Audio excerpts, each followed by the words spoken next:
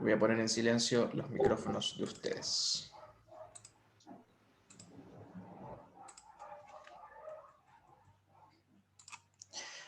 Bien, hermanos, entonces, como anticipábamos, seamos todos bienvenidos a este domingo en el cual celebramos nuevamente la Epifanía de nuestro Señor y principalmente reflexionamos acerca del verdadero Rey de los judíos, que es nuestro Señor Jesús.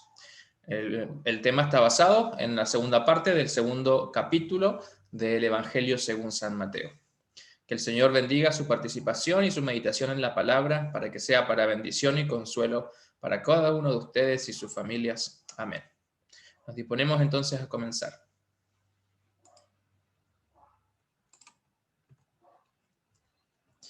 En el nombre del Padre, del Hijo y del Espíritu Santo. Amén. El Señor Todopoderoso nos conceda una noche tranquila y en paz. Amén. Padre nuestro que estás en los cielos, santificado sea tu nombre. Venga a nos tu reino. Hágase tu voluntad, así en la tierra como en el cielo. El pan nuestro de cada día, dánoslo hoy. Y perdónanos nuestras deudas, así como nosotros perdonamos a nuestros deudores. Y no nos dejes caer en tentación, mas líbranos del mal, porque tuyo es el reino, el poder y la gloria, por los siglos de los siglos. Amén. Bueno es alabarte, oh Señor, y cantar salmos a tu nombre, oh Altísimo. Anunciar por la mañana tu misericordia y tu fidelidad cada noche.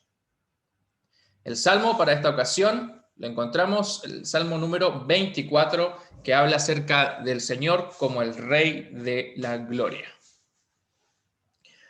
¿Quién es el Rey de la Gloria? Es el Señor de los ejércitos. El Señor es el Rey de la Gloria. Del Señor son la tierra y su plenitud. Del Señor es el mundo y sus habitantes. El Señor afirmó la tierra sobre los mares. El Señor la estableció sobre los ríos. ¿Quién merece subir al monte santo del Señor? ¿Quién merece llegar a su santuario? Solo quien tiene limpias las manos y puro el corazón. Solo quien no invoca a los ídolos ni hace juramentos a dioses falsos. Quien es así, recibe bendiciones del Señor. Dios, su Salvador, le hace justicia. Así son todos los que te buscan, los que buscan tu rostro, oh Dios de Jacob. Ustedes, puertas, levanten sus dinteles. Ensánchense ustedes, puertas eternas. Ábranle paso al Rey de la Gloria. ¿Y quién es este Rey de la Gloria? Es el Señor, el fuerte y valiente. Es el Señor, el poderoso en batalla. Ustedes, puertas, levanten sus dinteles. Ensánchense ustedes, puertas eternas. Ábranle paso al Rey de la Gloria. ¿Y quién es este Rey de la Gloria? Es el Señor de los ejércitos. El Señor es el Rey de la Gloria. Gloria sea al Padre, y al Hijo, y al Espíritu Santo, como era al principio, es ahora y será siempre, por los siglos de los siglos. Amén. La primera lectura la encontramos según el profeta Jeremías, capítulo 31, versículos 1 al 17, donde se profetiza y se anuncia los sucesos acontecidos que van a ser relatados después en el Evangelio según San Mateo, que nos relata la matanza de los recién nacidos bajo el gobierno del rey Herodes. Así escribió el profeta. En aquel tiempo, yo seré el Dios de todas las familias de Israel, y ellas serán mi pueblo. Palabra del Señor. Así ha dicho el Señor. Israel, un pueblo que escapó de morir a filo de espada, halló gracia en el desierto y ahora avanza en busca de reposo. Hace ya mucho tiempo el Señor se hizo presente y me dijo: yo te amo con amor eterno, por eso te he prolongado mi misericordia. Yo volveré a reconstruirte, virginal Jerusalén, y serás reconstruida, y te adornarán con panderos para que dances con alegría. Los que plantan viñas las plantarán en los montes de Samaria, y disfrutarán de sus uvas. Viene el día en que los guardianes del monte de Efraín gritarán: vamos, arriba todos, subamos a Sión, al monte del Señor nuestro Dios. Así ha dicho el Señor: griten de alegría por Jacob, llénense de júbilo por la nación más importante.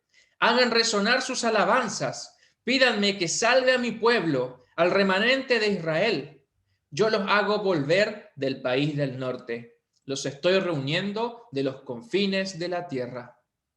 Entre ellos vienen ciegos, cojos, mujeres encintas y recién paridas. Vuelven acompañados de una gran muchedumbre. Con llanto en los ojos se fueron, pero yo los haré volver con gran misericordia.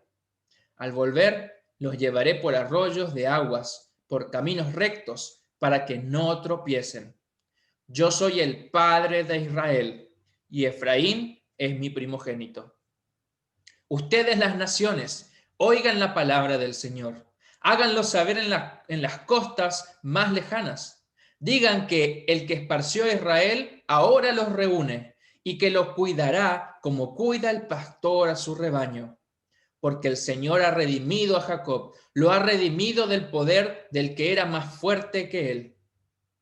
Ellos vendrán a las alturas de Sión entre gritos de alegría y se deleitarán con mis bondades, con el pan, el vino y el aceite, y el ganado de las ovejas y de las vacas, y ellos mismos serán como un huerto bien regado, y nunca más volverán a experimentar el dolor.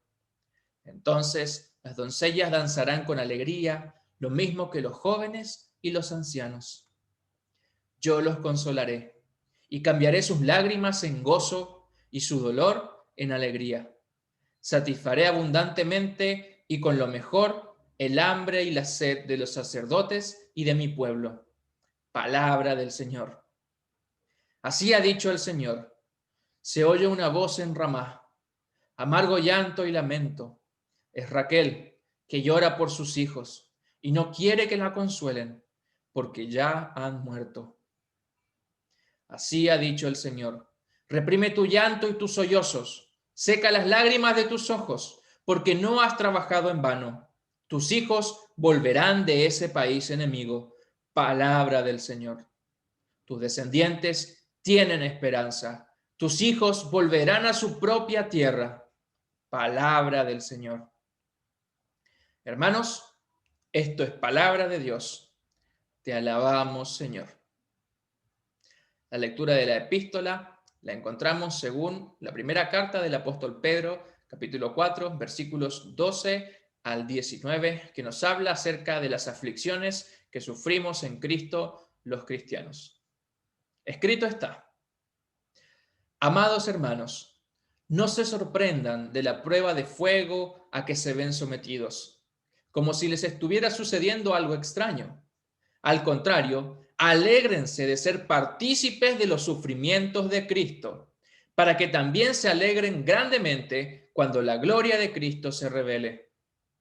Bienaventurados ustedes cuando sean insultados por causa del nombre de Cristo. Sobre ustedes reposa el glorioso Espíritu de Dios. Que ninguno de ustedes sufra por ser homicida, ladrón o malhechor, ni por meterse en asuntos ajenos. Pero tampoco tenga ninguno vergüenza si sufre por ser cristiano. Al contrario, glorifique a Dios por llevar ese nombre. Ya es tiempo de que el juicio comience por la casa de Dios. Y si comienza primero por nosotros, ¿cómo será el fin de los que no obedecen al Evangelio de Dios? Además, si el justo con dificultad se salva, ¿en dónde quedarán el impío y el pecador? Así que aquellos que sufren por cumplir la voluntad de Dios, encomienden su alma al fiel Creador y hagan el bien. Hermanos, esto es palabra de Dios. Te alabamos, Señor. El Santo Evangelio para este domingo lo encontramos según San Mateo, capítulo 2, versículos 13 al 23, y es el relato que viene a continuación de la visita de los sabios de Oriente al niño Jesús. Escrito está: después de que los sabios partieron, un ángel del Señor se apareció en sueños a José y le dijo: levántate, toma al niño y a su madre y huye a Egipto. Quédate allá hasta que yo te diga, porque Herodes buscará al niño para matarlo.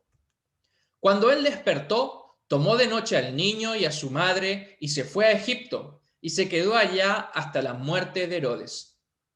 Esto sucedió para que se cumpliera lo que dijo el Señor por medio del profeta: de Egipto llamé a mi hijo. Cuando Herodes vio que los sabios lo habían engañado, se enojó mucho y, calculando el tiempo indicado por los sabios, mandó matar a todos los niños menores de 2 años que vivían en Belén y en sus alrededores. Se cumplió así lo dicho por el profeta Jeremías. Se oye una voz en Ramá, gran llanto y gemido. Es Raquel, que llora a sus hijos y no quiere ser consolada, porque ya no existen. Después de que murió Herodes, un ángel del Señor se apareció en sueños a José en Egipto y le dijo: levántate, toma al niño y a su madre y regresa a Israel, porque los que querían matar al niño han muerto ya. Entonces José se levantó y llevó al niño y a su madre de regreso a Israel. Cuando supo que Arquelao reinaba en Judea en lugar de su padre Herodes, tuvo temor de ir allá, pero en sueños fue advertido y se dirigió a la región de Galilea. Allí se estableció en una ciudad llamada Nazaret, para que se cumpliera lo que fue dicho por los profetas, que el niño habría de ser llamado Nazareno. Hermanos, hasta aquí el Evangelio del Señor. Te alabamos, oh Cristo. Oremos. Oh Señor Dios, que dispusiste todas las cosas para que tu unigénito y legítimo Hijo fuera preservado en vida hasta el día en que se cumplió el tiempo de su muerte, concede que tu Iglesia sea gobernada con tu justicia divina y misericordiosa. Por Jesucristo, tu Hijo, nuestro Señor, que vive y reina contigo y con el Espíritu Santo, siempre un solo Dios, por los siglos de los siglos. Amén. Hermanos, entonemos este himno del día, himno de alabanza a quien es el verdadero y único Rey del universo, nuestro Señor Jesucristo.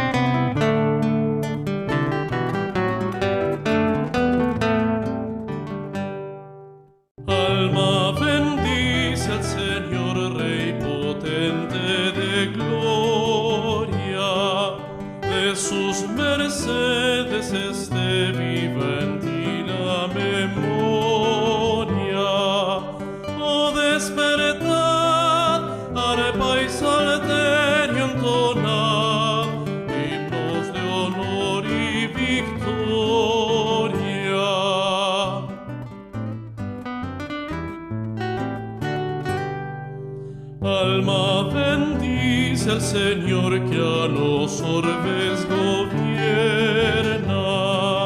y que sus alas te lleva cual águila tierna. Él te guardó como mejor le agradó, no ves su mano paterna.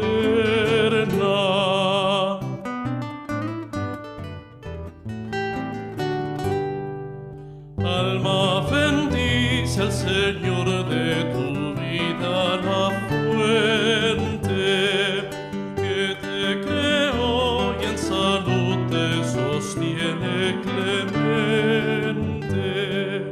Tu defensor en todo trance y dolor, su diestra es omnipotente.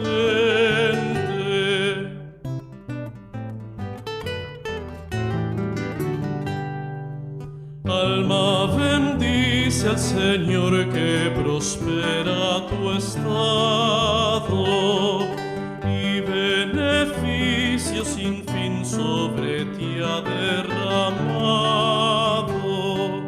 Bien piensen que es Él, rico, amoroso y muy fiel, como mil pruebas te ha dado.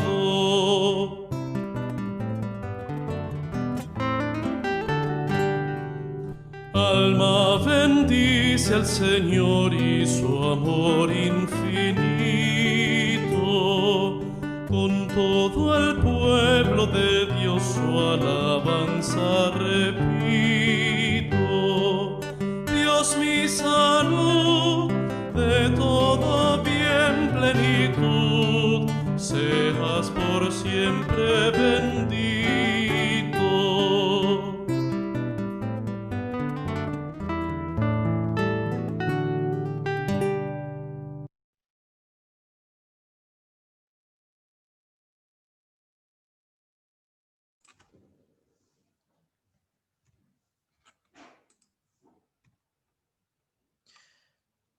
Gracia, misericordia y paz de nuestro Padre Celestial, quien resucitó a su Hijo Jesús de entre los muertos, sea con cada uno de nosotros. Amén.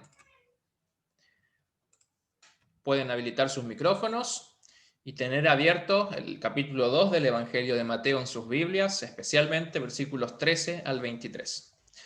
Antes de ir al texto, vamos a hacer un pequeño repaso para que los que estuvimos el domingo pasado refresquemos la memoria y para que los que no pudieron estar, que podamos repasar un poco acerca del significado de la Epifanía y qué más o menos vimos el domingo pasado. Bien, entonces la primera pregunta dice, ¿qué significa la palabra Epifanía? ¿Será escándalo? ¿Era viaje desde el oriente? ¿Visitación a Belén?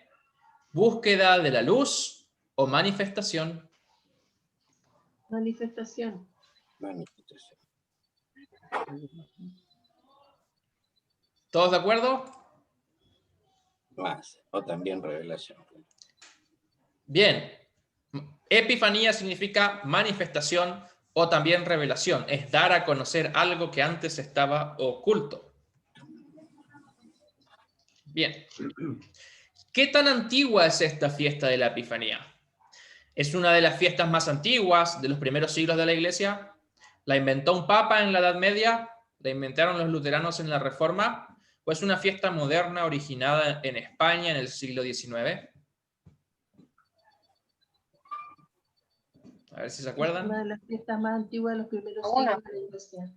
Sí, La 1. sí, la 1. ¿Todos de acuerdo? Cierto, sí.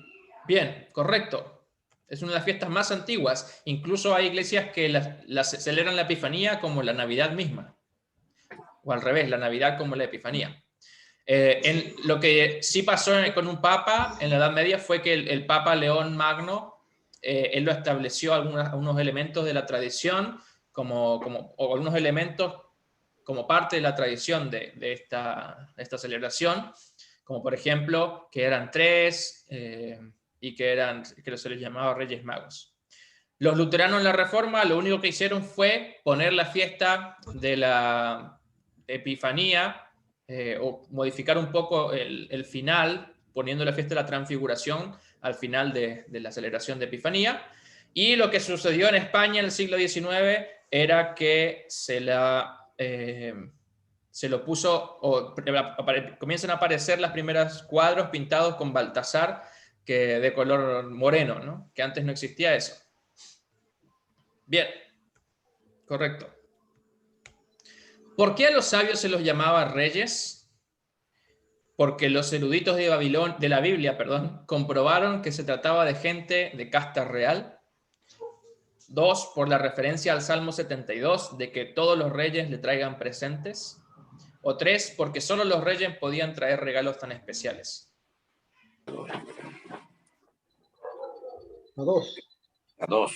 Los salmos. Correcto. La tradición adoptó que se llamen Reyes Magos, porque no lo dice el Evangelio, pero basándose en el Salmo 72, que prefigura este día. Correcto. ¿Qué significa la visita de los sabios de Oriente a Jesús en Belén? Que la salvación viene de parte de los judíos, que la salvación que viene de parte de los judíos fue abierta a todas las naciones paganas, que el mundo caído se vuelva a reconciliar con Dios por medio de Cristo, o que quien se deja guiar por las Escrituras va por un buen camino. Todas son correctas. Todas son correctas. La 4. ¿No? 4. Bien. La 4 escucho por ahí. Yo digo que es la 2. La 2. ¿Qué más? ¿Todos de acuerdo? ¿Todos en desacuerdo? Todas son correctas. Bien, en cierta medida podemos decir que todas son correctas. Está bien, sí. Pero si tuvieran que elegir una, ¿hay una que es más que las otras dos? La 2. La 1. La 1. Porque La uno. recuerden que en Epifanía recordamos que los sabios de Oriente representan a las naciones paganas y gentiles, que no son judíos, pero que igual vienen a adorar al rey de los judíos que había nacido. Bien. ¿Qué significado tenían los tesoros que los sabios regalaron a Jesús? Oro, incienso y mirra. 1, realeza, divinidad y sacrificio. 2, riqueza, poder y humildad. 3, amor, alegría y esperanza. O 4, paz, humanidad y ejemplo. La 1. Realeza, divinidad y sacrificio. ¿Todos de acuerdo? Mirra, oro e La incienso. 1. ¿Alguien en desacuerdo? ¿Todos apoyan a Boris? Muy bien. El oro representaba el tesoro, el regalo para un rey. El incienso, la ofrenda dada a los dioses. Y la mirra apuntaba al sacrificio de Jesús en la cruz, porque era el ungüento que se le ponía a los muertos. Correcto. ¿Cuál de estos temas son parte del tiempo de Epifanía? 1, bautismo de Jesús. 2, transfiguración. 3, miércoles de ceniza. 4, Pentecostés. O 5, la reforma. Puede ser uno o más de uno. ¿Cuáles de estos temas o celebraciones son parte del tiempo de Epifanía? Bautismo de Jesús, transfiguración, miércoles de ceniza, Pentecostés o la reforma. Transfiguración. Transfiguración, dice Leo. El bautismo. Bautismo de Jesús, dice Miriam. Yo también digo bautismo. Claro, la Pentecostés también es una manifestación del Espíritu de Dios. Por decirlo, la 1 y la 4. Bien, Boris, es correcto lo que usted dice. Es una manifestación del Espíritu. Pero lo que estamos tratando de responder aquí es ¿cuáles de estas celebraciones o cuáles de estos domingos celebramos dentro del período de Epifanía?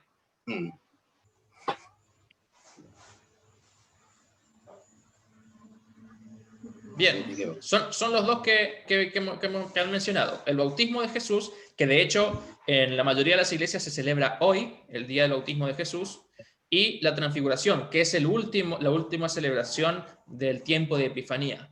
Miércoles de ceniza no, porque miércoles de ceniza marca el inicio de ¿qué tiempo? Cuaresma. Cuaresma. Pentecostés está mucho más adelante, después de Pascua de Resurrección, con la venida del Espíritu Santo. Y la reforma, ni hablar, está en octubre, después el final del tiempo de la iglesia. Bien. Ahora, a la hora de cuál de las tres personas de la Trinidad está más ligada a la Epifanía. Piensen en esto, si tiene que ver con dar a conocer la salvación. ¿Será a la hora del Padre y la creación, a la hora del Hijo y la redención, o a la hora del Espíritu Santo y la santificación? Al 2. 2. Al Hijo. Nacimiento. 2, dice. La 3. La 3, dice por ahí. ¿Quién da más? Ya falta que alguien diga la 1 nomás. Ya, ¿por qué la 2? A ver, ¿quién dijo la 2? ¿Por qué la 2? Sí. Es el Porque nacimiento de Jesús. La revelación es la de la gracia, la salvación Claro. a través. A ver, respondo a Miriam primero, después a Boris. Pero si es el nacimiento de Jesús, no estamos celebrando en Epifanía, eso celebramos en Navidad. En Epifanía celebramos que el niño que nació se da a conocer. Con el bautismo. Entonces, ¿quién es el que da a conocer? El El Padre. Espíritu Santo. El A Espíritu través Santo. del Espíritu Santo. Bien, recuerden que leímos también acerca de la obra del Espíritu Santo, que dice, en la aplicación del tercer artículo del credo, dice, creo que ni por mi propia razón ni por mi propia fuerza soy capaz de creer en Jesucristo mi Señor ni venir a Él, sino que el Espíritu Santo me llama por el Evangelio, me ilumina con sus dones, etc., ¿no? Entonces, esta es la obra del Espíritu Santo, que da a conocer la salvación que tenemos por medio de Cristo Jesús, el Hijo. Bien. El Espíritu, ya. Muy bien. Bien, entonces, habíamos hablado algo de que en Epifanía había mucha celebración, mucho elemento tradicional, que algunos de ellos eran sanos, otros no tanto, ¿no? Pero para la iglesia es un tiempo de fraternidad y de celebrar la salvación y la fe que nos une, a pesar de ser de distintas razas, países y edades. Por eso los Reyes Magos eran de distinta raza, de distinta edad, y venían uno en camello, supuestamente, otro en elefante y otro en caballo, ¿sí? El color tradicional para este tiempo es el blanco y es el dorado, símbolo del regocijo, o del gozo y la alegría, y la esperanza que tenemos en Cristo, la luz del mundo. Ahora, esta estación muchas veces resulta una paradoja, porque específicamente para nosotros que en el mes de enero y febrero tenemos la mala costumbre de apartarnos un poco de la iglesia, porque pensamos que como es tiempo de tomarnos vacaciones, podemos incluso tomarnos vacaciones de Dios, ¿cierto? Entonces, a pesar de que la Epifanía es un tiempo para dar a conocer el más preciado regalo de la salvación por medio de Jesús a todas las naciones, este suele ser el tiempo en que muchos dejan de congregarse en la iglesia, mostrando en realidad qué es lo que buscan los corazones humanos, bienes y placeres de este mundo.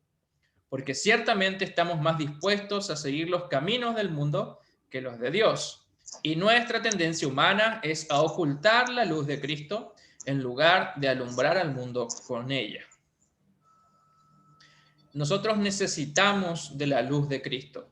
Ciertamente no podemos ir contra la corriente y esperar que el mundo venga a nosotros y encuentre a Cristo por sí mismo, porque ni siquiera ha pasado con nosotros, ni siquiera los sabios de Oriente llegaron por sí mismos.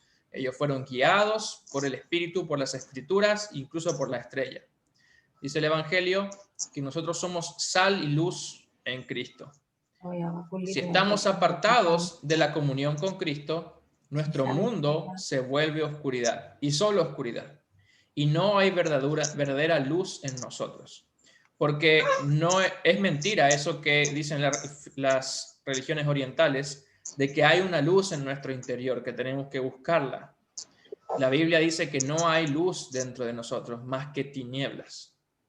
Por eso, solo la palabra de Dios puede encender nuestras lámparas, como lo hizo con las lámparas de las novias, en la parábola de las 10 vírgenes. Y al mismo tiempo, solo la palabra de Dios puede mantener encendida la llama de la fe. Así como dice el Salmo 119, 105. ¿Quién recuerda qué dice este Salmo? ¿Alguien sabe de memoria? Un Salmo muy famoso.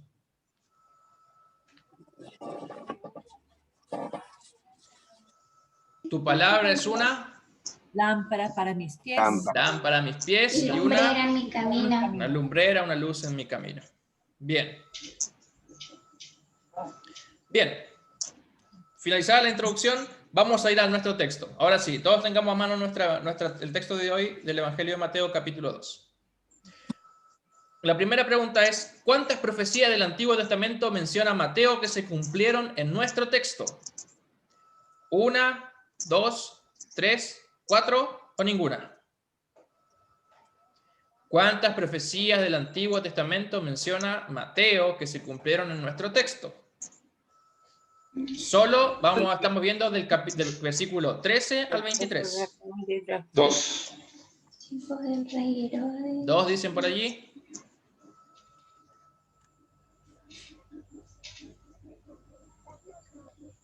Una es 2. Jeremías.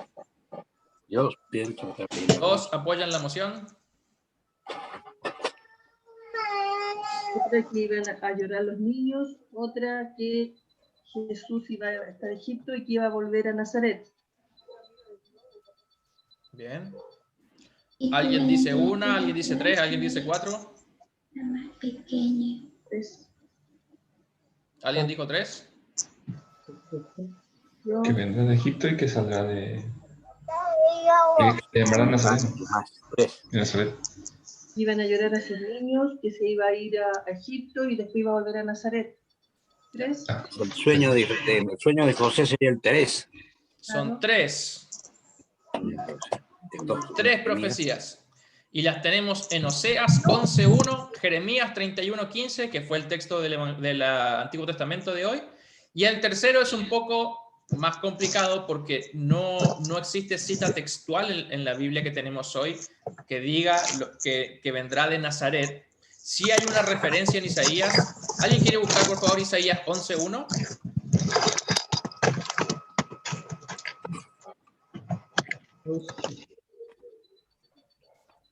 Ya. Bien. ¿Qué dice Isaías 11.1? Una vara saldrá del tronco de Yesé, un vástago retoñará de sus raíces. Bien, no dice que va a salir de Nazaret, ¿cierto? Pero la palabra en hebreo, traducida como vástago,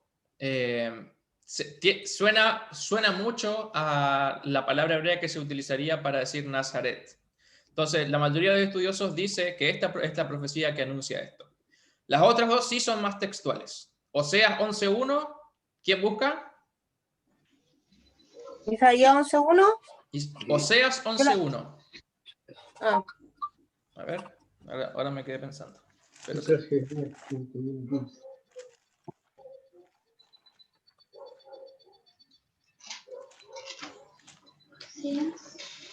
Oseas, ¿cuánto?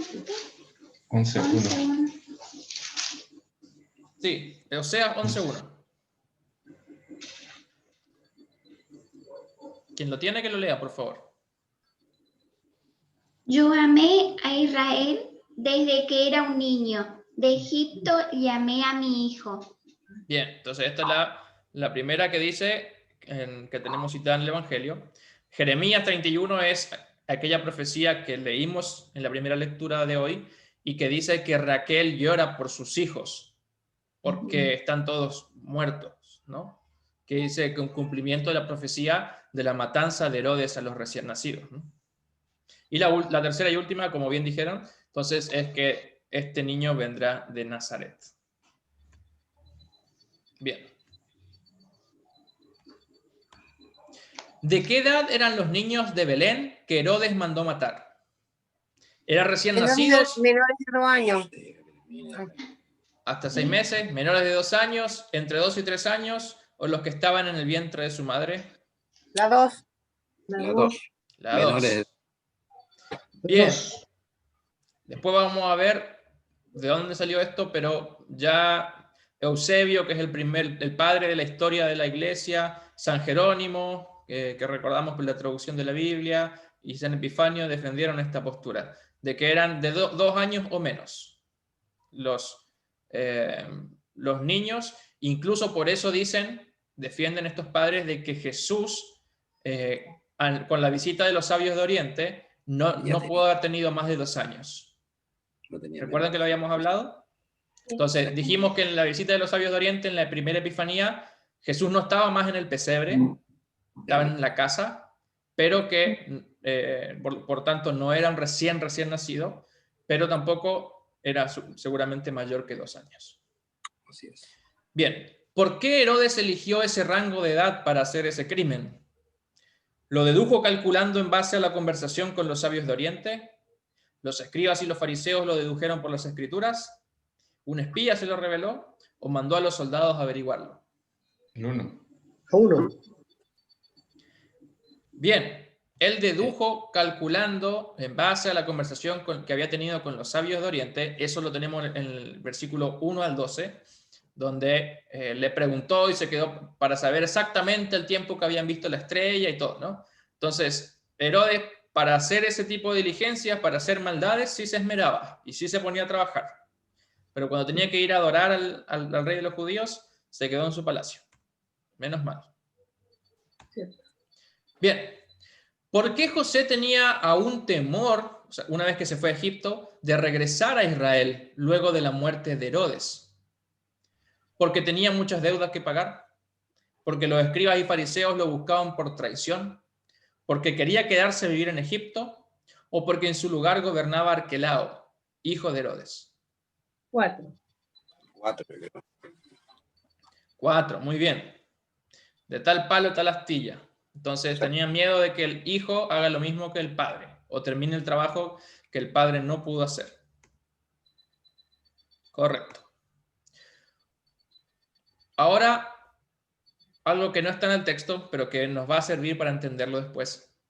¿Cuáles de estos patriarcas del Antiguo Testamento vivieron en Egipto? Porque Egipto es uno de los países que más aparece en el Antiguo Testamento. No es un país más. José y Moisés. Ah, José y Moisés, Moisés, seguro. puede ser Jacob, pueden ser todos. Algunos dicen Moisés seguro. ¿Por Y qué? José, seguro. José también José. seguro, dicen. Bien. José también. ¿Por qué Moisés? ¿Qué hizo Moisés? Nació, pues, se encontró Moisés las nació en aguas. Egipto. Bien. ¿Y qué hizo? Sacó al pueblo. al pueblo, Liberó al pueblo esclavo en Egipto. Muy bien. José, ¿por qué José? Fue vendido porque él fue vendido por los hermanos y tuvo que hacer un propósito de Dios para después salvar a su tierra. Correcto. Él vivió en Egipto. Y Jacob también. José vivió Jacob en no Egipto. sé. Yo sé que José y Moisés nomás. Bien, Jacob, ¿quién era Jacob? El papá de José. El padre de José.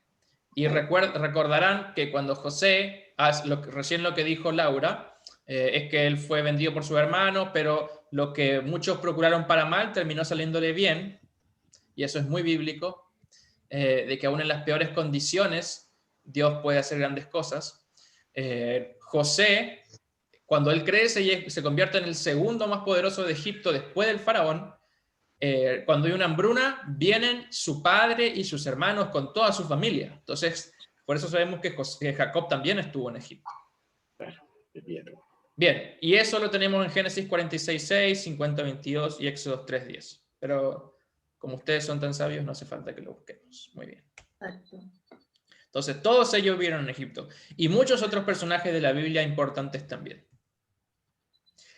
Ahora, ¿qué les recuerda siempre Dios a su pueblo cuando quieren llamarles la atención por su mal camino? Entonces, en el Antiguo Testamento tenemos a los patriarcas que recién mencionamos, desde Abraham, Jacob, Isaac, Jacob, hasta Moisés, incluso José, y después también los tiempos de los jueces y tiempo de los profetas. Dios siempre, cuando su pueblo está yendo por mal camino y tiene que decirles algo, Él les hace recordarse de algo. Le dice que Él tiene el poder para destruir a los egipcios, le dice que Él fue quien los sacó de Egipto, le dice que Él fue quien humilló al faraón de Egipto, o le dice que Él es el verdadero Dios de Egipto. 4. La 2. No, por la La 2. La 2. La de los dioses de Egipto, no. Bien.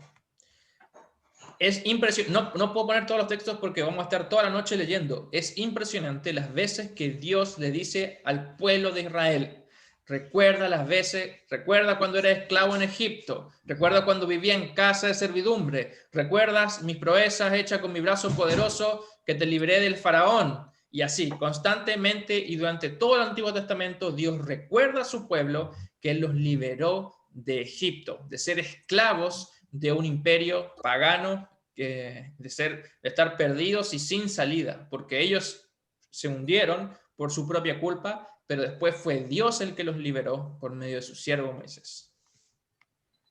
Correcto. Él fue el que los sacó de Egipto. Bien. Ahora después vamos a volver a ese asunto de Egipto. Pero ahora vamos a ir metiéndonos en estos dos reyes, o de estos dos reyes de los judíos, pero solo podía haber uno. Entonces, como que durante todo el capítulo de Mateo, el lector, ustedes mismos, podrán sentir la tensión que existe por saber quién es el verdadero rey de los judíos y qué pasará con estos dos personajes opuestos que entre sí se disputan este honor. Por un lado, Herodes el Grande, y por otro, el recién nacido Jesús. Esa es la pregunta por la cual se desenvuelve nuestro texto cuando los sabios de Oriente llegan a Jerusalén y dicen: venimos a adorar al rey de los judíos que ha nacido. Entonces Herodes dice: pero si yo soy el rey de los judíos, ¿no? Como que habrá pensado eso. Entonces, esa es la disputa que hay, por así decirlo, en nuestro texto. Vamos a indagar un poco acerca de quién fue este Herodes, que no fue un personaje que pasó desapercibido, al contrario, es un personaje que tiene mucho para contarnos, un personaje para muchos totalmente desagradable, un personaje que es repudiable para muchos también, pero que también hizo sus grandes hazañas. Bien, en primer lugar, cabe aclarar que no hubo un solo Herodes, ni siquiera en la Biblia. Hubieron varios Herodes. ¿Saben cuántos Herodes hubieron en la Biblia mencionados? Sí, dos me parece. De dos, se contó seguridad, pero no sé más. Dos seguro, dice Boris, pero pueden ser Cuando más. nació Jesús era Herodes el Grande y cuando ya Jesús estaba en el Evangelio era otro Herodes. Bien, Antipas, sí. bien, No recuerdo más. bien. Solo en los evangelios, para que sepan, hubieron 4 Herodes distintos. Uno era el padre, Herodes el Grande, el que tenemos en nuestro texto, y 3 de sus hijos son mencionados. Algunos son más importantes y más trascendentes que otros. Algunos son solo mencionados y hacen referencia, pero en el evangelio se han mencionado 4 en total. Después tenemos uno más que es mencionado en el libro de Hechos de los Apóstoles. Pero en los evangelios, 4. Primero entonces está Herodes I o el Grande, el fundador de la dinastía, ¿no? Él es el que aparece en el Evangelio de Mateo capítulo 2, donde tenemos la visita de los sabios de Oriente y donde tenemos la matanza de los recién nacidos. También aparece en Lucas capítulo 1, versículo 5. ¿Algún voluntario para leer Lucas 1, versículo 5? Por favor. Otra mención a Herodes, el Grande.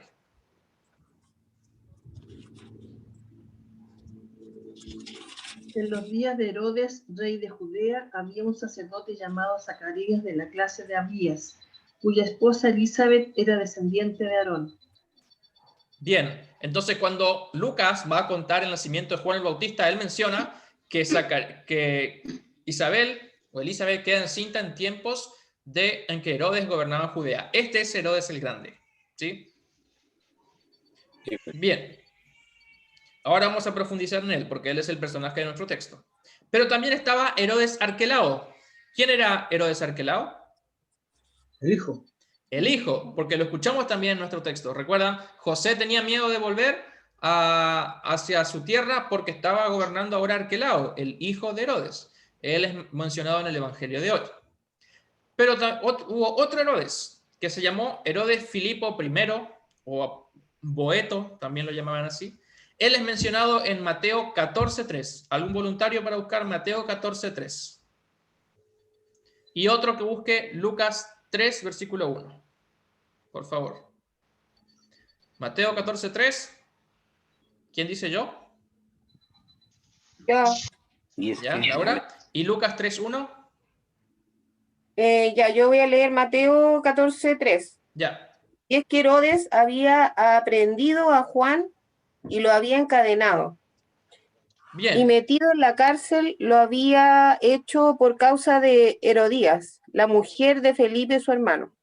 Bien. Este Herodes no es el que mandó a apresar a Juan el Bautista. Porque en ese versículo que leyó Laura, hay 2 Herodes mencionados. El Felipe, ese es Herodes Filipo I o Boeto. ¿Se entiende? ¿Sí?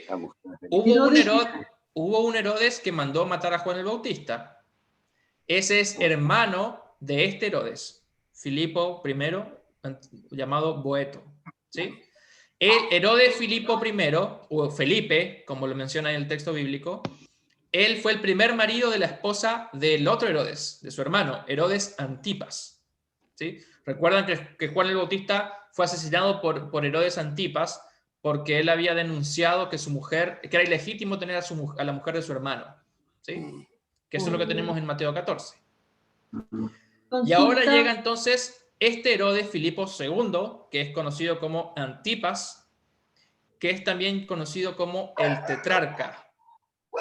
Un poco complicado los nombres, pero Herodes Filipo II, o llamado Herodes Antipas, que también es el tetrarca, fue quien mandó matar a Juan el Bautista en Mateo capítulo 14, como recién se leyó, y fue también ante quien compareció Jesús al ser juzgado. ¿Recuerdan cuando Jesús es juzgado al final del Evangelio? O sea, son 2 personas inocentes. ¿Cómo? Se echó 2 personas inocentes. Sí. Uno por decirle la verdad en su cara y el otro porque sabía que él no tenía ningún pecado, pero igual lo juzgó, pues. Sí. O lo tiró a los leones. O sea, este gallo fue como el... Bien. Pablo, Sí. ¿Herodes era un título o era el nombre de las personas? Bueno, llegó a ser un título, sí, pero también tiene origen en el nombre. Pero Herodes se conocieron, es igual que como el César. El César llegó a ser un nombre, pero también era un título. Es que hay personas que trascendieron tanto que dejaron su nombre tan marcado en el cargo, ¿no? Pero eso fue las dos cosas. ¿Ya? Bien. Sí, y el Herodes el Grande tuvo 3 hijos. Y entonces cuando muere Herodes el Grande, el reino se divide entre los 3. Muy pronto quedaron 2 de los 3. Entonces, el Felipo, que era esposo de Herodías, falleció primero y quedó otro en su lugar, que ya para el tiempo de Juan el Bautista, cuando Jesús tiene su ministerio, pero como los hijos eran igual al padre, eran muy tramposos, Herodes el Grande había quedado rey por matar a los miembros de su propia familia para no tener competencia. Entonces había mucho complot entre los hijos y creo, si no me equivoco, que cuando murió Jesús, quedaba solamente Filipo II, que se llamaba el tetrarca, pero el tetrarca es el título que refiere al reino de los 3 hijos. Correcto. Entonces, pero como quedó uno solo, él como que asumió el nombre del tetrarca, básicamente. Entonces, una historia bien sangriente. Gracias, Pastor James. Sí, tetrarca no era un apodo, viene porque el reino se dividió en 3. El gobierno del Herodes I fue dividido entre sus hijos. Él tuvo más hijos, pero no fueron gobernantes.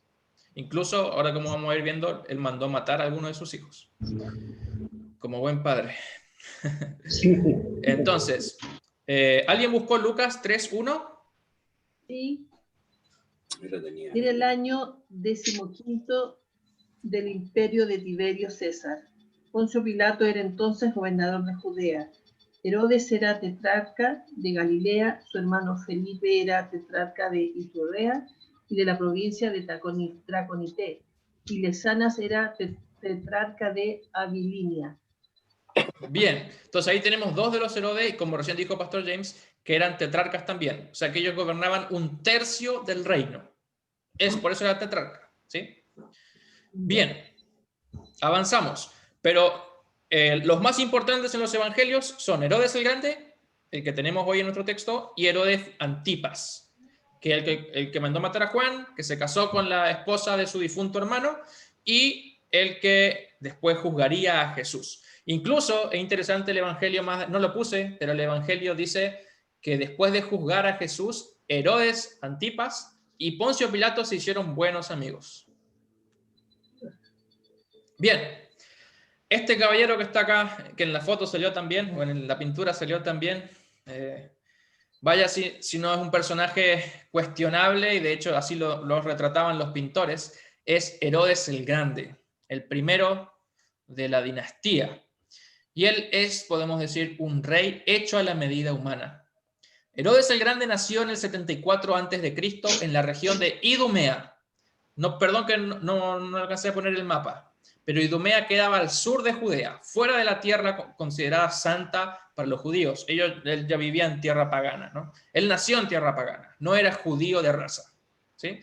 Él fundó la dinastía herodiana, por así decirlo. No existía la dinastía herodiana y él la comenzó. Herodes el Grande fue puesto en su cargo por el Senado de Roma, y el mismo Senado de Roma le reconoció con el título de Rey de los Judíos, ya que él gobernó en Judea, que fue la tierra conquistada por el general romano famoso Pompeyo. Entonces, como habíamos mencionado el domingo anterior, pero lo vuelvo a repetir porque es importante, los romanos tenían diferentes formas de gobernar los territorios que ellos conquistaban. Uno era poner un rey que sea de la misma raza o del mismo linaje o del mismo, de la misma tribu del reino que conquistaban, de manera de no tener tanto conflicto con los pueblos, porque a veces ellos por diferentes culturas o por el mismo idioma no podían relacionarse con la gente de los pueblos que conquistaban, porque no tenían forma de comunicarse. Entonces tenían un gobernante suyo, romano, pero puesto como líder de esa región. Y ese fue el caso de Herodes el Grande. De hecho, él obtuvo su puesto por ser parte de una especie de mafia romana que había en ese entonces. De hecho, no era realmente un judío puro, como le mencionamos, sino que él se hizo judío para ocupar ese cargo. Es como un presidente en Argentina que era musulmán, pero se hizo pasar por católico para ocupar el cargo. Bien, bien. Este Herodes el Grande, realizó varias locuras para conservar su puesto, como dijo el pastor James, incluyendo la de ejecutar a varios miembros de su propia familia. Él mandó a matar, él tuvo varias mujeres, pero a una de ellas la mandó a matar, incluso a uno de sus hijos, porque él sospechaba de que querían arrebatarle el puesto y el trono y que había una especie de conspiración. Y realmente había todo un juego y lucha de poder impresionante allí en ese contexto y en ese entorno. ¿Se parece a Juego de Tronos esta cuestión? Herodes es justamente lo opuesto a Jesús. Herodes era un judío que no es judío gobernando en Judea. Se hacía pasar por judío, pero no era judío, pero gobernaba en Judea. Entonces, a él se lo conoció como un gran constructor y político. En ese sentido, fue un buen presidente, ¿no? Hizo obras y políticamente se manejó muy bien. Pero Herodes, religiosamente hablando, nunca abandonó el paganismo. Él construyó un templo en Cesarea Marítima, una de las tantas Cesareas que había allí, en honor al César Augusto en ese tiempo. Él construyó un teatro también, que era el teatro era como la televisión o el Netflix de hoy en día, donde la gente podía mirar películas, pero no solo películas, ver cosas que no eran recomendables para niños y ver muchas cosas que no se verían en la iglesia, ¿sí? Hay nadie. También, ¿cómo? También construyó un hipódromo para las carreras de caballos y un anfiteatro en las afueras de Jerusalén. Hasta puso un águila, que es el símbolo del Imperio Romano, en el templo de Jerusalén. Hasta eso se atrevió. Entonces los judíos no estaban muy contentos con él, para nada al principio, especialmente los judíos más rectos. Era como que vengan a nuestra iglesia y que el rey, el presidente o el alcalde determine que pongan, no sé, una foto suya en el altar, ¿no? Imagínense, o algo peor. Entonces, Herodes el Grande sí trajo paz y estabilidad financiera a la región, por lo que a pesar de su origen corrupto y pagano, gran parte del pueblo de Jerusalén poco a poco le terminó favoreciendo. Entonces, primero estaban enojados porque decían, este es un trucho, está usurpando el puesto porque no es judío de verdad, no es judío raza, pero por su buen gobierno y qué sé yo, y porque administraba bien la región, finalmente quedaron conformes, ¿no? Entonces, terminaron por favorecerle muchos de los judíos que estaban en Jerusalén. Pero Herodes sí hizo cosas locas, como por ejemplo, mandó matar a un joven pariente suyo por envidia de su hermosura, o elevar al padre de una muchacha como sumo sacerdote para poder casarse con ella. Entonces, el rey quería casarse con la muchacha y ¿qué hizo? Un trato con el padre y lo puso como pastor en la iglesia, ¿no? Como presidente, como obispo de la iglesia la puso. Bien, entre otras cosas, ¿no? Pero, sin lugar a dudas, su gran obra para ganarse al pueblo judío fue reconstruir el templo de Jerusalén. De hecho, hay una historia que relata Flavio Josefo, que es el historiador judío por el cual sabemos muchas de estas cosas que estamos comentando ahora, donde dice que, pero él mismo lo cuenta como una historia que es difícil de creer, que en la reconstrucción del templo y en la mejora del templo, Herodes contrató a los mismos sacerdotes para que construyan el templo, y dice que de día no llovía y de noche, cuando dejaban de trabajar, solo de noche llovía. Entonces, cuando era de día y tenían que trabajar, no. Ahora parece al revés, cuando tienen que trabajar llueve y cuando no hay que trabajar no llueve. Pero bueno, está esa historia que es muy famosa de ese tiempo. La familia de Herodes fue sumamente conflictiva. Sus parientes cercanos ocuparon puestos políticos igualmente importantes, como ya lo habíamos mencionado. Un Piñera cualquiera. Mete a toda la familia. Con 70 años, su salud se fue al declive, más o menos 70 años. Se sabe que Herodes sufría de terrible comezón en la zona baja, producto de entrañas ulceradas, incluso sus genitales quedaron gangrenados y aguzanados. Entonces, aquí muchos hablan de que realmente Herodes pagó con justicia divina todo el mal que hizo, ¿no? Un médico clínico contemporáneo a nosotros, especialista y profesor en la Universidad de Washington, afirmó que Herodes murió producto de una enfermedad renal crónica complicada por una infección grave que provocó la pudrición de sus genitales. Hoy es conocido como la gangrena de Fournier. El padecimiento en el cuerpo de Herodes también le trajo grandes trastornos psicológicos, tanto que él mismo en más de una ocasión intentó suicidarse. Justamente una de las ocasiones en que intentó suicidarse fue un pariente suyo, su primo, el que impidió que pudiera tener éxito.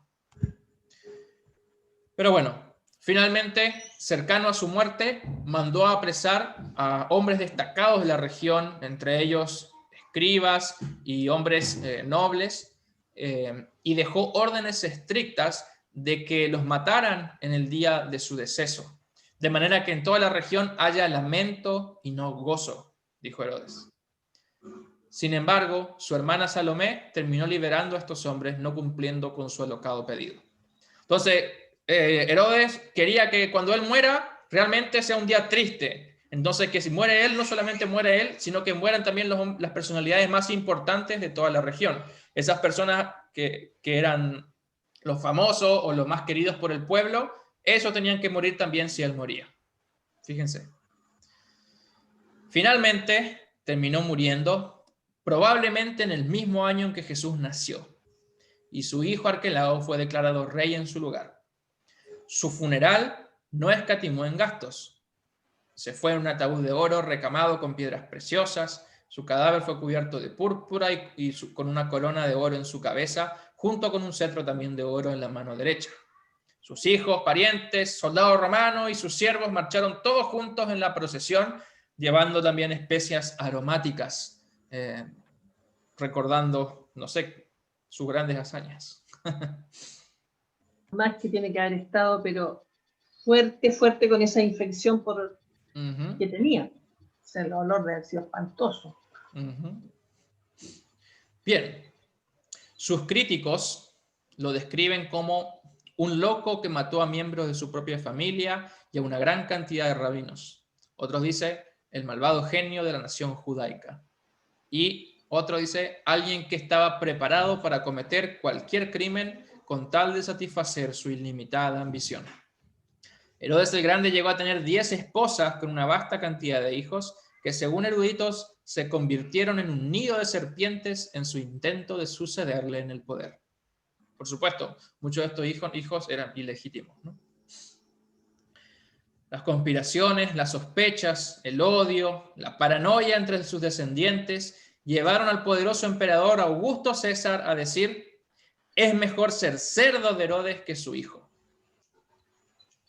Imagínense. Así era la fama de este caballero.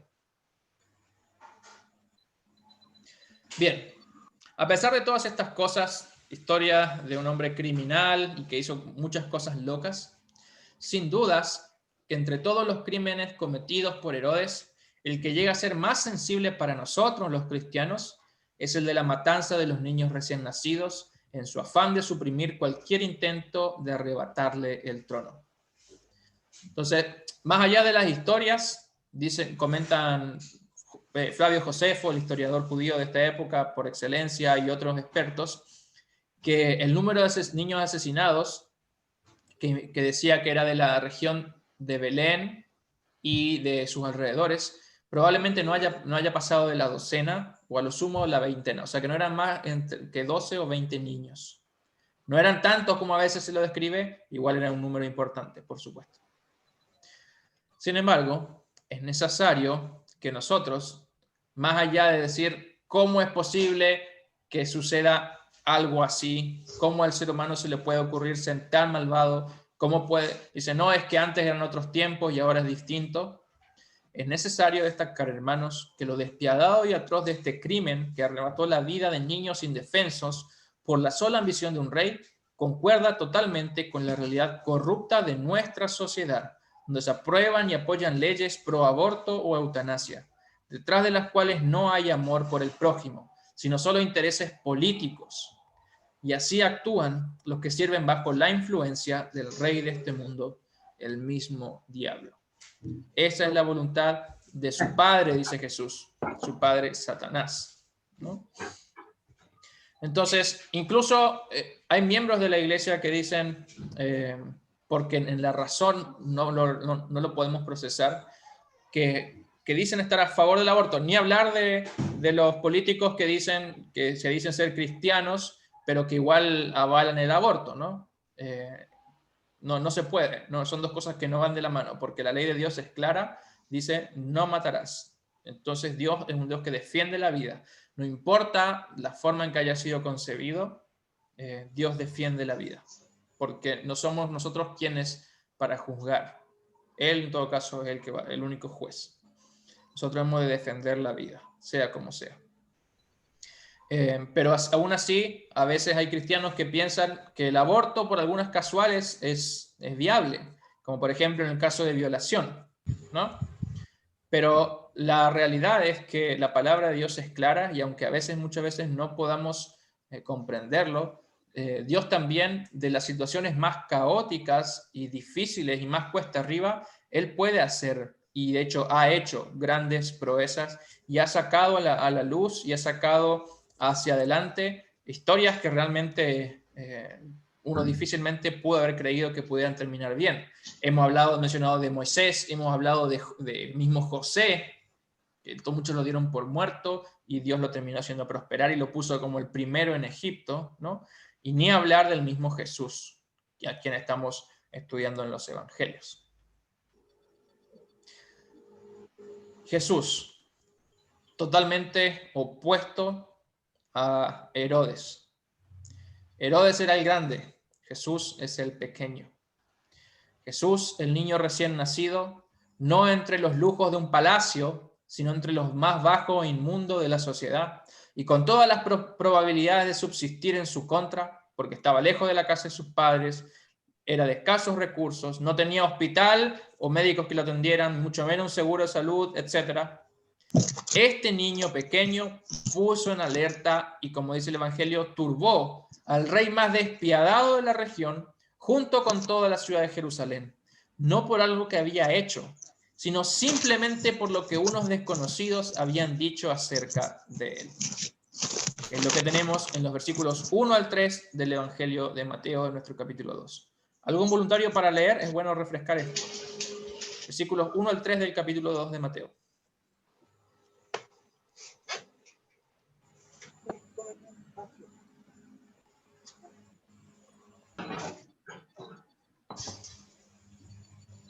¿Algún lector, por favor? Jesús nació en Belén de Judea en los tiempos del rey Herodes. En aquel tiempo, unos sabios que venían desde el oriente llegaron a Jerusalén y preguntaron, ¿dónde está el rey de los judíos que ha nacido? Porque hemos visto su estrella en el oriente y venimos a adorarlo. Cuando el rey Herodes oyó esto, se turbó y toda Jerusalén con él. Bien. Por el solo oír que había nacido una guagua, un bebé, se turbó este hombre supuestamente tan poderoso y maligno, y toda la ciudad junto con él. Rey de los judíos era el título que las Sagradas Escrituras le habían atribuido a este recién nacido y era justamente el título que le fue dado por Roma a Herodes. Pero, a diferencia de Herodes, este niño no recibiría este puesto mediante acomodos políticos, mediante sobornos o cualquier otro acto de corrupción. A pesar de no poseer ni dinero ni bienes, una posición de honor en este mundo, él era el hombre digno del puesto, Jesús, aquel que reunió las características que Dios mismo había dispuesto para su hijo como el rey de Israel. Él era descendiente legítimo del gran rey David. Él era de casta sacerdotal pura, engendrado no de semilla humana, sino nacido de una virgen por obra del Espíritu Santo. Jesús encarna en sí mismo la diferencia entre cumplir con la palabra de Dios y la de dejarse llevar por las ambiciones humanas, como si fue el caso de Herodes. Y como escuchamos en la lectura de la epístola, como decía el apóstol Pedro, quien es fiel a la palabra tiene mucho que sufrir en este mundo y ver al mismo tiempo no solo sufrir por causa de su nombre cristiano y por causa de sus convicciones, sino que al mismo tiempo tiene que ver prosperar a los que hacen mal. Y este prosperar lo pongo entre comillas, porque siempre parece que el que es corrupto y el que negocia de mala manera siempre tiende a progresar, pero esto es simplemente un progreso temporal, ¿sí?, que al fin y al cabo termina mal. Así Jesús y su familia llevaban todas las de perder, porque si el nacimiento fue un contexto duro, donde nadie quería recibir en su casa a la Virgen para que diera luz al niño y tuvo que nacer entre los animales en un pesebre, imagínense el sufrimiento potenciado de esta familia con el exilio a Egipto y con todo un país buscándolo para matarte. No solamente fue duro el nacimiento de Jesús, sino que sus primeros días también fueron muy duros. Sin embargo, como ya mencionamos, y esto es lo importante del mensaje en esta ocasión, en este evangelio, es que Dios dispone todas las cosas para bien de los suyos. Y aun cuando parece que todo está perdido, el Señor demuestra que está en control de todo y que nuestro sufrimiento nos llevará a buen puerto. Pero, claro está, nosotros no somos Jesús. Nuestra naturaleza y tendencia natural como hijos de Adán y Eva es rechazar la palabra de Dios, no confiar en ella de primera instancia.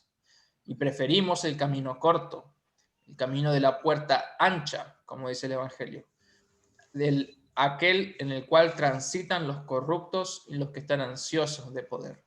Esa es nuestra naturaleza.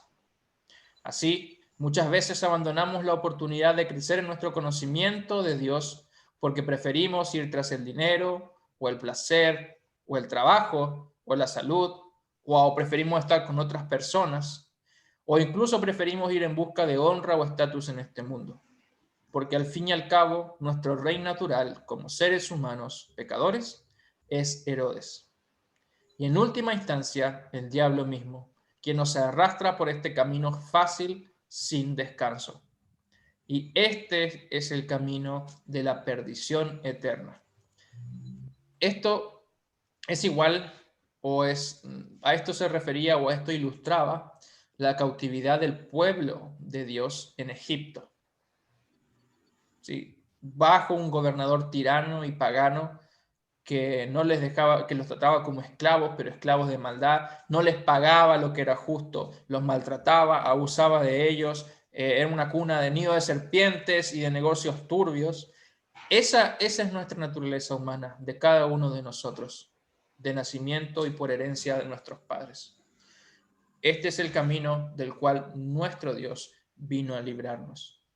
Y por eso es necesario que nuestra adoración a Dios sea como la de los magos, no creyendo que podemos llevar algo a Él, sino en primer lugar, antes de reconocerlo, reconocer lo que somos y caer de rodillas ante nuestro Dios en arrepentimiento, reconociendo que si fuera por nosotros, terminaríamos queriendo más a Herodes que a su mismo hijo. Así como la multitud finalmente terminó haciendo caso a los gobernantes de este mundo y crucificando al único y verdadero Hijo de Dios. Querido hermano, querida hermana, ¿acaso se te ha hecho una carga muy pesada este año el ser buen hijo de Dios y confiar siempre en su palabra? ¿Acaso has encontrado un camino más fácil para sentirte bien o para ser feliz que el cumplir con la voluntad de Dios en su ley? Si es así, observa a Jesús. Él transitó este horrible camino por ti. Fue perseguido por ti desde que era niño pequeño. Fue exiliado por ti cuando aún ni siquiera podía hablar. Y cuando se cumplió el tiempo, humildemente se confesó como lo que era por derecho propio y legítimo, el verdadero rey de los judíos. Y lo hizo sabiendo que esto le costaría más humillación aún y más sufrimiento hasta llevarlo finalmente a la mismísima muerte. Pero lo hizo porque confió en la palabra del Padre Celestial. Así también resucitó al tercer día y hoy reina ya por siempre, no como un mero rey de una pequeña región, sino como el rey de todo el universo entero. Y todo esto lo hizo para que tú y yo podamos vivir en un reino de justicia y de paz eterna. O como dice el catecismo, todo esto lo hizo para que le sirviéramos en eterna justicia y bienaventuranza. Por eso Dios dice, yo soy el que te sacó de Egipto. Esta frase que el Señor repitió incontables veces a su pueblo por medio de los patriarcas, de los jueces, de los reyes y de los profetas, también se cumple en la persona de Jesús, quien tomando el lugar de su pueblo, es exiliado al extranjero y devuelto con vida a su tierra madre. Jesús hace el camino de Israel, pero lo hace bien. Entonces, este éxodo es el que Jesús encarnó, no solo en este exilio en particular en tiempos de Herodes, sino este es el éxodo que él también realizó durante todo su ministerio y su vida aquí en la tierra. Porque Jesús fue exiliado de los cielos al mundo para liberar a un pueblo esclavo de sus pecados, de la muerte y de Satanás, su rey, tal y como Dios había hecho con los israelitas en Egipto por medio de Moisés. Así, hermanos, lo que mal empieza, mal acaba. La dinastía de Herodes no duró mucho tiempo, porque ningún reino humano dura mucho tiempo, porque está construido bajo fundamentos corruptibles. Siempre estamos yendo como humanidad de un lado hacia el otro, de un lado hacia el otro. Pero no es así con los que confían en el Señor, como dice el Salmo. Los que confían en el Señor son como el monte de Sión, que no se mueve, sino que permanece para siempre. Interesante. En el capítulo 12 de Hechos de los Apóstoles se menciona a Herodes Agripa, no Antipas, Herodes Agripa I, que era el nieto de Herodes el Grande, siguiendo el legado familiar, persiguió a los primeros cristianos para ganarse el favor de los judíos. Llegó incluso a matar al apóstol Santiago, Santiago, y llegó a meter preso a Pedro, que luego fue liberado en esta historia que conocemos, que Dios envió un ángel para sacarlo de la cárcel. Y finalmente murió de una forma muy similar a la de su abuelo.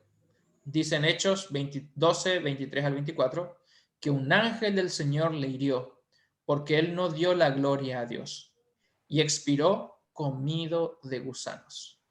El nieto de Herodes el Grande. Y el capítulo 12 de Hechos culmina así. Dice, Herodes murió comido de gusanos, pero la palabra del Señor crecía y se multiplicaba.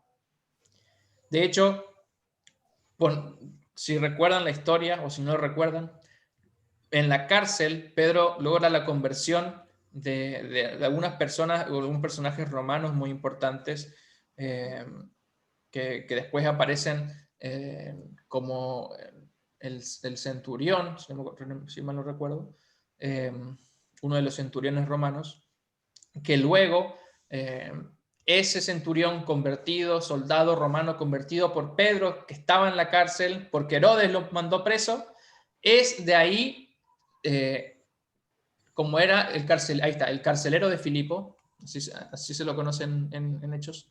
Él se fue a Cesarea Marítima y allí, a la ciudad donde Herodes el Grande había construido el templo al César, y allí comenzó la misión, junto con Felipe, el apóstol, la misión en esa tierra, en esa ciudad. En aquella ciudad que Herodes el Grande había construido para el César, después de que pasaron tantos años, porque su nieto Herodes mandó a Pedro a la cárcel, después llegó el evangelio a esa ciudad. Y es maravilloso cómo funciona la obra del Señor, y cómo parece que sus siervos van a desistir, que el diablo va a meter la cola y va a terminar con todo, pero sin embargo Dios utiliza esto para bien. Y así innumerables veces Dios ha obrado la fe y ha llevado el evangelio a todos los rincones de la tierra por medio de la persecución que sufre su propia iglesia y sus propios siervos. Y de eso también se trata la Epifanía. Y si hay algo que nos recuerda la Epifanía, es que solo la palabra de Dios puede llevarnos a Jesús. Y que estando con Jesús, a pesar de que podamos atravesar por los caminos y pruebas más difíciles en nuestra vida, al final Dios nos hará prosperar. Tal vez este año que pasó haya sido de grandes pruebas, por demás difíciles para cualquiera de nosotros, para cada uno de nosotros y de distintas maneras. Incluso tal vez el diablo haya logrado apartar a algunos del camino del Señor. Y tal vez este año no sea mejor, sino aún peor, porque nada en este mundo es seguro ni es confiable. Por eso, hermanos y hermanas, como Iglesia de Cristo, nos aferramos a su palabra y a sus sacramentos, que es lo único fiel, confiable y eterno, que dura para siempre, que permanece para siempre y que es capaz de vencer a todas las cosas que perduran, incluso a la mismísima muerte. Porque quienes están con Cristo al final del túnel tienen vida y no muerte.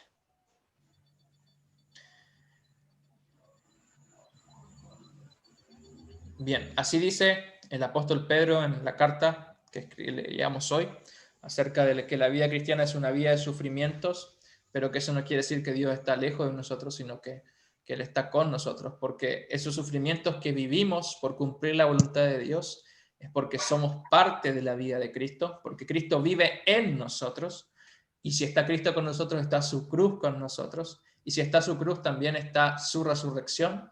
Si está su resurrección, también estará la ascensión, y junto con Él estaremos en los lugares celestiales sentados cuando llegue nuestra hora.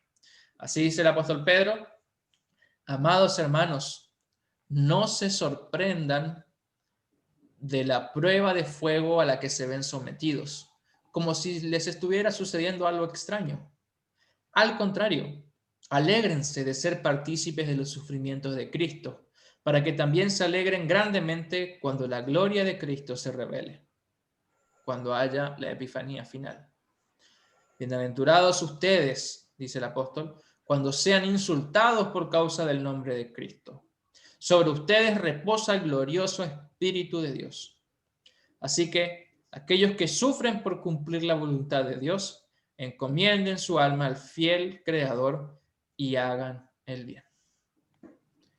Que así sea. Amén. ¿Algún comentario, preguntas o dudas?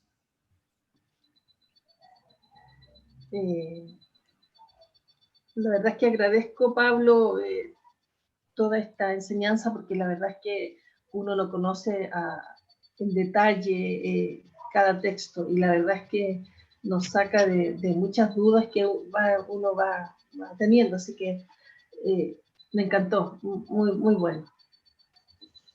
Gracias.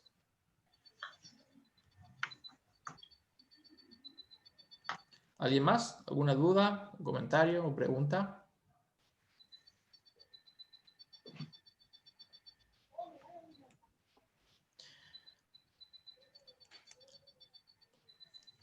Bien.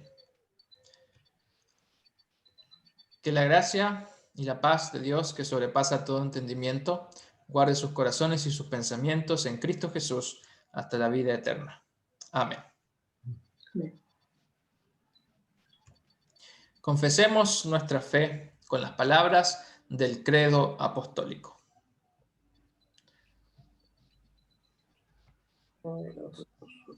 Creo en Dios, Padre Todopoderoso, Creador del cielo y de la tierra, y en Jesucristo, su único Hijo, nuestro Señor, que fue concebido por obra del Espíritu Santo, nació de la Virgen María, padeció bajo el poder de Poncio Pilatos, fue crucificado, muerto y sepultado, descendió a los infiernos, al tercer día resucitó de entre los muertos, subió a los cielos y está sentado a la diestra de Dios, Padre Todopoderoso, y desde allí ha de venir a juzgar a los vivos y a los muertos. Creo en el Espíritu Santo, la Santa Iglesia Cristiana, la comunión de los santos, el perdón de los pecados, la resurrección de la carne y la vida eterna. Amén. Entonemos este cántico de la oración vespertina, el Nunc Dimittis. Ahora, Señor, despides a tu siervo en paz. En la versión que aprendimos 2 domingos atrás.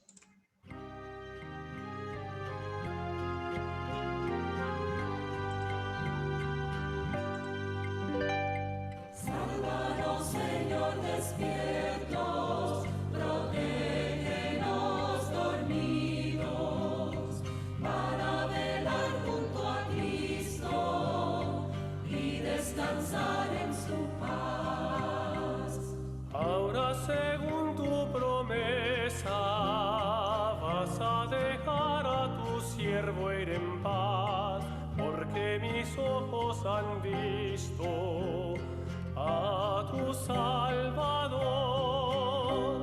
Sálvanos, Señor, despiertos, protégenos dormidos, para velar junto a Cristo y descansar en su paz. A quien, Señor, presentaste ante todas las naciones, luz para alumbrar al mundo y gloria de Israel.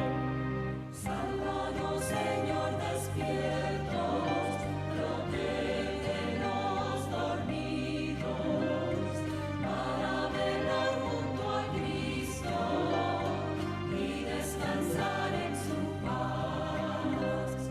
Gloria al Padre, gloria al Hijo, gloria al Espíritu Santo, en un principio, ahora y siempre, por los siglos. Amén.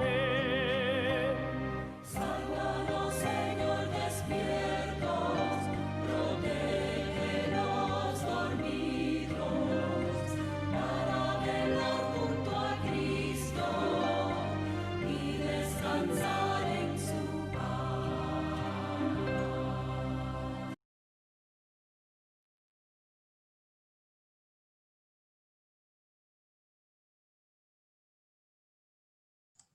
Bien, hermanos, ha llegado el momento de la oración de la iglesia. Al roguemos al Señor, respondemos: Señor, ten piedad. En paz, oremos al Señor. Por la paz del mundo entero, por el bienestar de la iglesia de Dios y por la unidad de todos los hermanos en Cristo, roguemos al Señor. Señor, ten piedad. Por la santa comunidad que aquí se reúne y por todos los que con fe, piedad y amor se reúnen desde muchas partes para recibir tus dones y alabar tu nombre, roguemos al Señor. Señor, ten piedad. Por todos los que el diablo apartó del rebaño de la iglesia cual lobo, para que el buen pastor vaya tras ellas y las restaure, así como lo hiciste al rescatar a tu pueblo de Egipto. Roguemos al Señor. Señor, ten piedad. Por el presidente de nuestra iglesia, por los miembros de las comisiones directivas, por todos los pastores, las congregaciones, por todos los miembros y aquellos que ocupan cargos de responsabilidad, y por nuestra comunidad de fe, oremos al Señor. Señor, ten piedad. Por las familias y hogares de nuestra comunidad, para que de una generación a otra se transmitan los hechos maravillosos de Dios en Cristo, en lugar de transmitir los deseos y frustraciones de este mundo. Oremos al Señor. Señor, ten piedad. por todos los líderes de nuestro país, por nuestros presidentes, alcaldes, gobernadores y legisladores, para que todos ellos sirvan conforme a la santa voluntad de Dios y que no lo hagan movidos por ambiciones o deseos egoístas. Oramos por el personal de seguridad y de salud para que sirvan con responsabilidad y honestidad.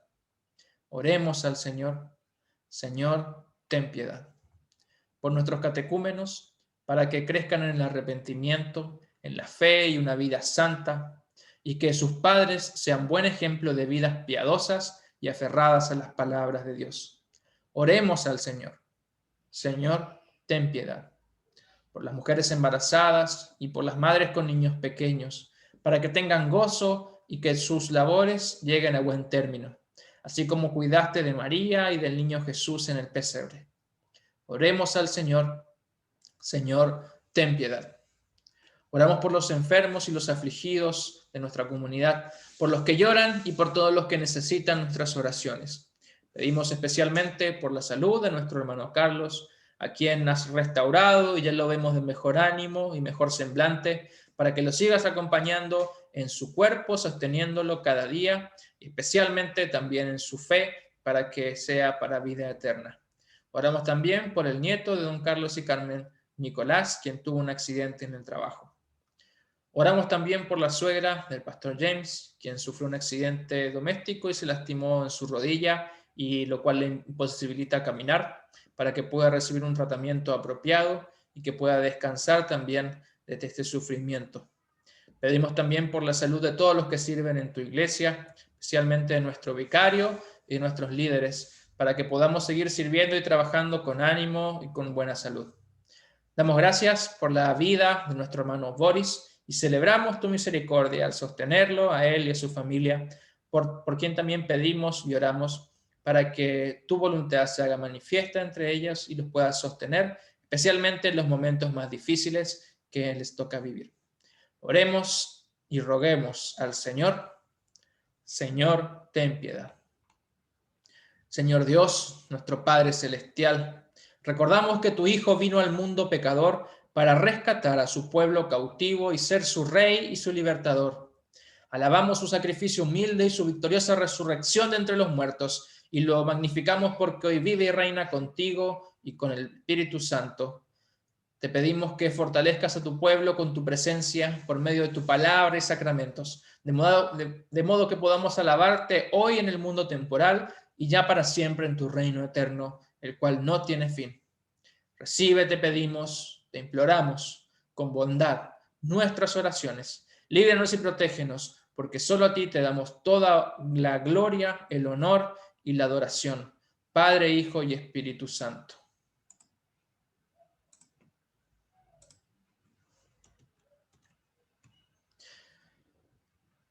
Te damos gracias, Padre Celestial, mediante Jesucristo, tu amado Hijo, porque nos has protegido con tu gracia en este día.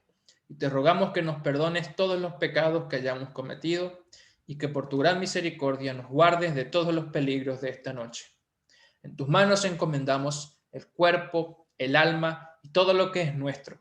Tu santo ángel nos acompañe para que el maligno no tenga ningún poder sobre nosotros. Amén. Bendigamos al Señor. Demos gracias a Dios.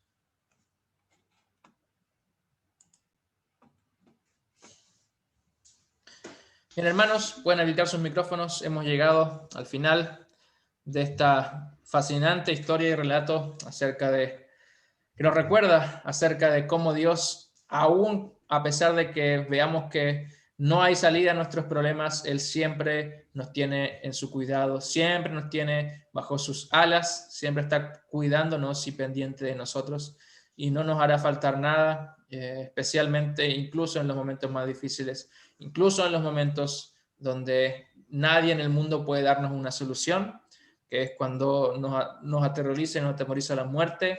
Incluso ahí nuestro Señor salió victorioso y nos trae esperanza para transitar con fe, con confianza en un Dios misericordioso y fiel y vivir nuestra vida confiando y agradecidos por todo lo que Él ha hecho por nosotros.